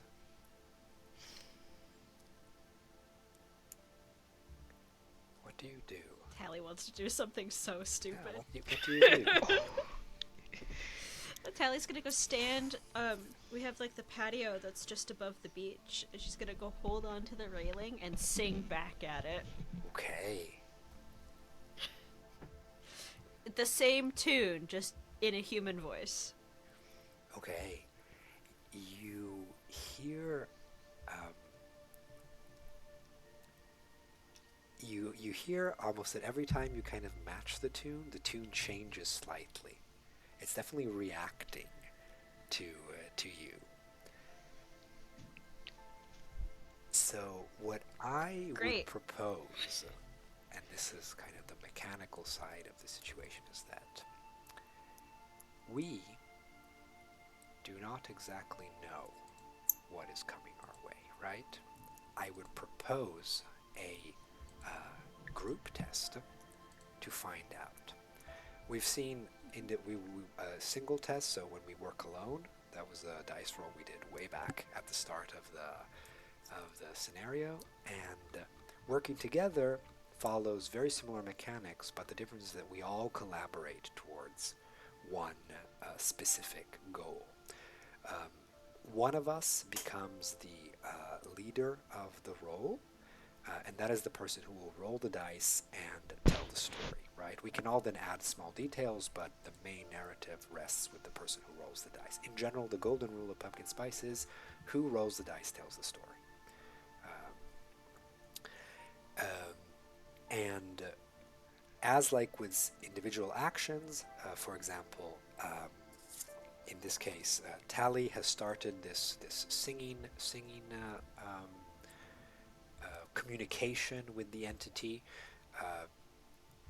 Bella might decide that is the action that their character is going to undertake, and you decide which trait you're going to put into play, and you get 1d6 plus 1d6 for each level of your trait, so 2. Each one of us can then build on that, explaining how we contribute to helping Tally in this case, but it could be any one of us. We haven't established that yet. The leader come to how we help us. Sorry, it's very late here. How we help the leader of the test accomplish their goal, and we explain which trait we are putting into play, and we literally give them the dice from our trait, which means that in this case, each trait that we add to the test will add 1d6, and then the leader rolls all of them together. Question. If we have used the Yes. trait already in the session, can we use the same trait again? Yes, you can use the same trait as many times as you want. It's not a problem. The sheet has a little box for you to mark them. So when you use them once, you mark them. And during moments in between the days, so the game is structured into moments, which are the individual scenes we're playing, days, which are kind of abstract collections of moments, right? It doesn't necessarily, in this specific case, it's been kind of one actual day at work, but it doesn't have to be one specific day. And then we have seasons, right? At the end of each day, you have a downtime action, if you will, that allows you to work on and possibly evolve the traits that you have used. So really, the goal, sort of in terms of developing the character, is usually to try to use as many traits as possible, because this allows for a broader development of the traits Gotcha. themselves, right? But you're not required to do that. Yeah, thank you. I think, building on what Bella just said about Tally, that Sable is going to grab Tally's hand and not sing, because Sable does not know how to sing. Sable loves karaoke and she's terrible at it. But she's grabbing Tally's hand, and she is just like helping again with that soothing, with that calming people down, and just adding those 2 extra dice onto that of just effectively stabilizing Tally as she's singing, so that she doesn't tremble and hesitate in the response.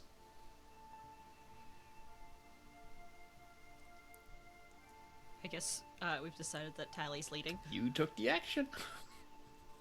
I You did. did, That's you did. absolutely fair. So let's take a step back. Which Heavy is the trait crown. would you put into play, Tally? Curious Yeah. / unpredictable, because that's always fun. But curious, leading with curious. Cool. Very good. Yeah, that sounds great. And what about you, Sable?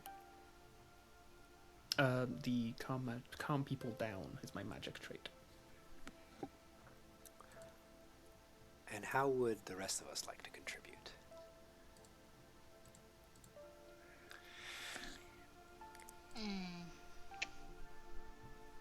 Hunter's gonna lean on the bring glory to my name Wow. trait.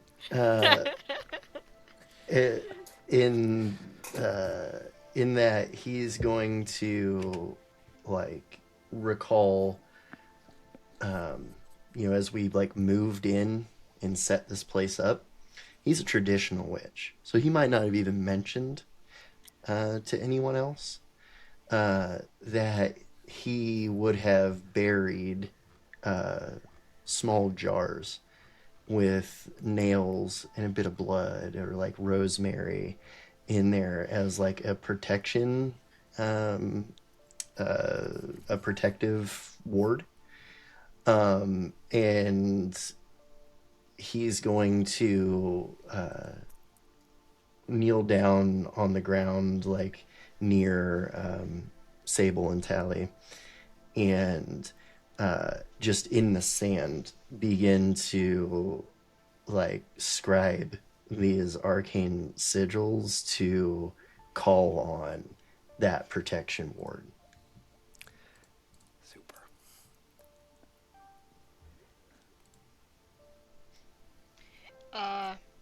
As for Derek, he's secular, so he's pretty good at imagination and creativity.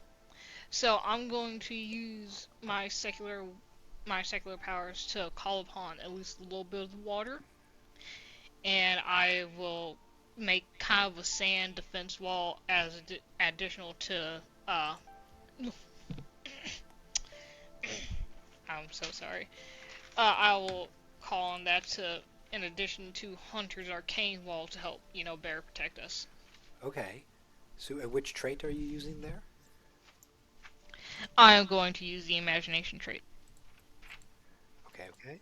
Oh wait, no, that's Okay, yeah, that's what I thought. Yeah, it should be my tinkering trait. Okay, sweet. Skill Tinker. Super. Yeah, so then,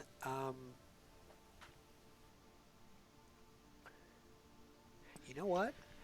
I think Minerva is going to perhaps not surprise you with her metal and rely on her tough cookie trait to kind of really, as you are preparing these defensive and establishing this contact, she just kind of walks before you a little bit and a very clearly defensive action that is intended to, rather uncharacteristically, take the attention of this entity upon herself, as opposed to the people who she views as her younger companions. And so, having done this, now, Tally, you may roll 2d6 plus 1, 2, 3, and 4. So 66 total. Our goal here is to obtain... Sorry, let me say this correctly. I have written this down. Okay. Figuring out what this thing is will require 3 between wisdom and empathy. One or the other. Okay. So I have a 4, 3, 3, 1, 3, 2. Okay, so what we have here are an abundance of empathy which are the number 3s, which covers... Actually, no, because they're interchangeable in this specific action. I was misreading it. Okay, so that is 3 empathies, which means that I would suggest that this is something that actually, no, sorry. I'll take a step back. I need to remember not to do this because I'm used to GMing a lot of different things, and in this situation, you actually decide what that role means. What you do get is that you had the option of both empathy or wisdom counted, and you won this roll by rolling 3 empathies. Okay. Without any magic needed, too. That's a grab. Keep winning. We keep winning. Yeah. So what does that mean that I have won this role using empathy? Sorry. Yes. So you are free to interpret sort of the role, to read the role however you see fit. You also Okay. get to tell us what you find. You get to tell us what this entity is. Okay. Because it's been singing, you described it as a siren song, but in Tally's singing back to it, they form a conversation, and this creature is a gigantic whale that is just offshore. And it doesn't mean us any harm. It's just lonely and wants somebody to talk to, and that now that somebody has sung back to it, it is immensely happy. And Okay, so I do have a question for Tally.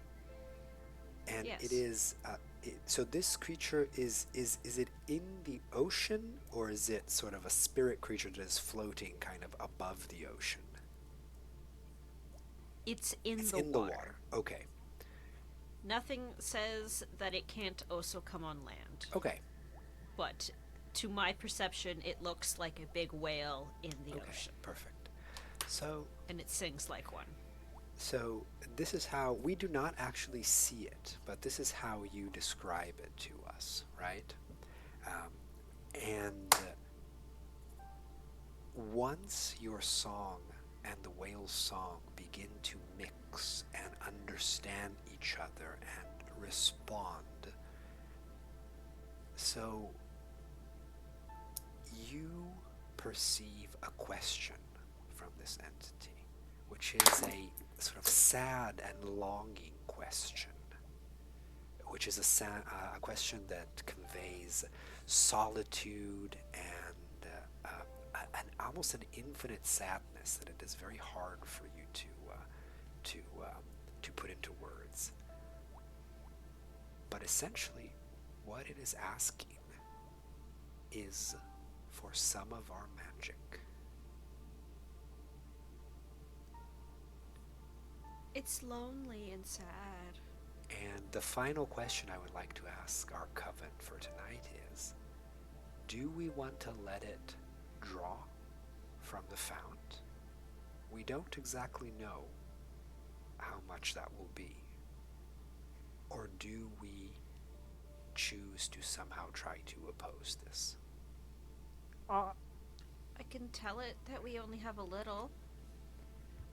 Honestly, I think we've all remembered a time where we didn't have the fount, and it might be a little bit cruel to actually let this already magical creature not draw upon a source of power.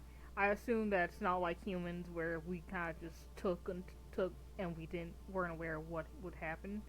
So I can assume that it'll like take only what it needs, and we'll keep the fountain alive. I'm all for it, like letting it take some of the fountain's power. Yeah, me too. Hunter? There's no reason to let the magic of the world die when our cup overflows. Oh, I see what you did there. Oh, you are funny. Hey. Hunter always coming in with the liners. I think Sable is just a little flustered at the whole revelation that Hunter might be attractive.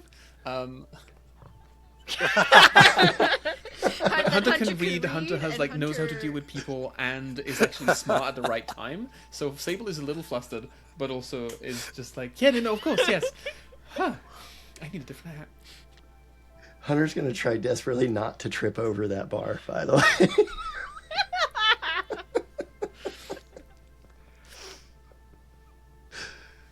Well, Minerva looks at Sable and says, so I have a bad feeling about this, but I will trust you. I would rather trust your judgment than my own. Sable, what do you think? Yes. No. I agree with Hunter and the others. Hunter. Are you distracted somehow? No. I'm very here. I'm very Hunter. I'm very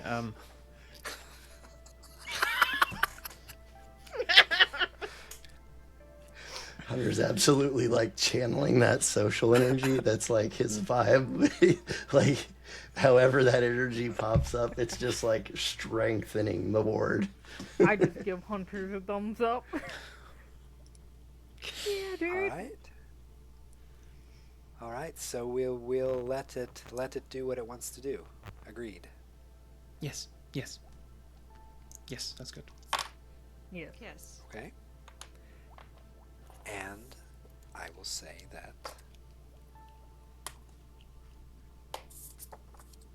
Derek's intuition and sensitivity seems to have been correct, because we see almost a stream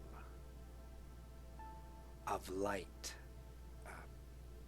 that is drawn from our cafe, from the area beneath our cafe, where there are these caves that we've described at the start. It is pulled out into the water, and this colorful, multicolored, shining energy that mixes all the different essences in one. It has its own song, right, which combines with the one of the whale and harmonizes, creating these harmonics that ring, make the whole night ring. And then the energy is in the water, and there is a suffused kind of glow in which, faintly in the distance, at the very edge of our perception, we see a large shape down there, for a second pulsing, like it were gaining almost a material consistency. And then it winks out, and there is one last note of its song. A more uplifting sound this time, that simply says, "Thank you." And then it is gone. You're welcome, friend. So wait, did we free Willie? It seems like we did. I'm so sorry. I know this is heartwarming, but I just saw the reference. Yep. You got it. Good day's work. The fount above us is still thrumming happily. The whale only drew 4 magic points out of it, so it is back at 10, where it started at the start of our session.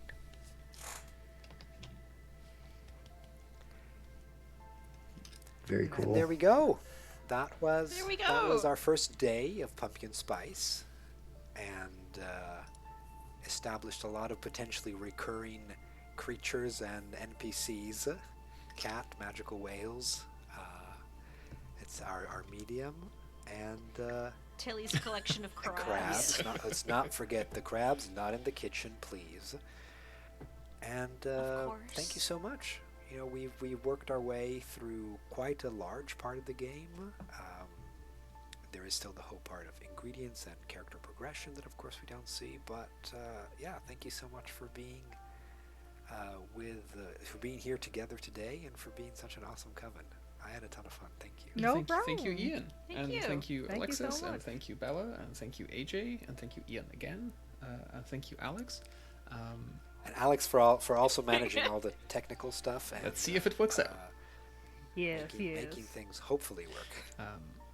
So as I said, if people want to just quickly reintroduce themselves very quickly, where they can find you, if you want to be found, of course, and then we will pause the recording and don't leave. So, AJ.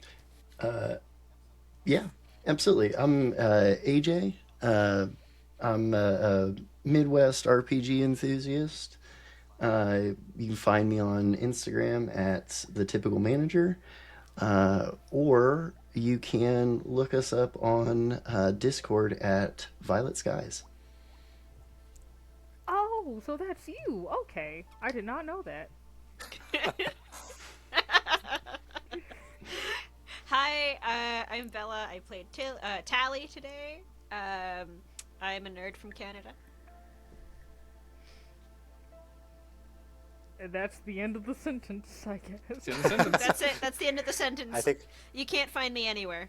Alright, well then, my name is Alexis. I am also a nerd from the middle of the West. Yeah, big RPG enthusiast. Big nerd all around. And you can also find me somewhere in your local Discord. Ian, do you want to go first, or do you want me to round off? Sure, yeah. Sorry. Your choice. I'll go. So I am Ian. I was our guide today, and also played as Minerva, one of the witches of the coven. And I am a longtime RPG enthusiast, writer, translator, editor, etc., collaborating with Acheron Games. And I have the pleasure of working on this game, Pumpkin Spice, soon to be, on backer kit. Nice. And my name is Alex. I was playing Sable, and I can be found in the tiny writing at the back of books when people remember to name the translator. Although Acheron Games is good about that, so that's fine. They are. Yeah, they're really good. And yeah, thank you all for watching, and we Thank will you so see much. you in the rest of the backer kit page that is happening around us right now, even though it doesn't look like it. Exactly. See, look here. Oh no, my camera isn't even on, so imagine that I'm All pointing around. crazily. Here. Okay, thank you. Thank you all.